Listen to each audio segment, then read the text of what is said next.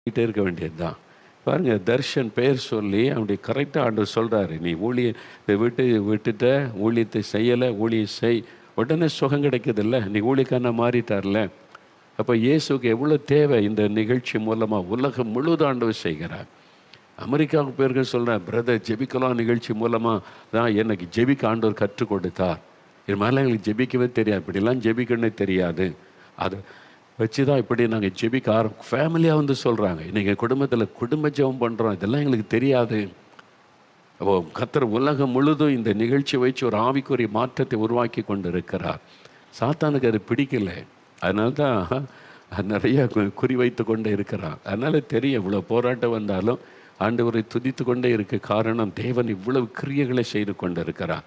காரணம் உடைய ஜெபம். என்னை நேசித்து ஜெபிக்கிற நிறைய பாஸ்டர்ஸ் இருக்கிறாங்க, சின்ன குழந்தைகள்.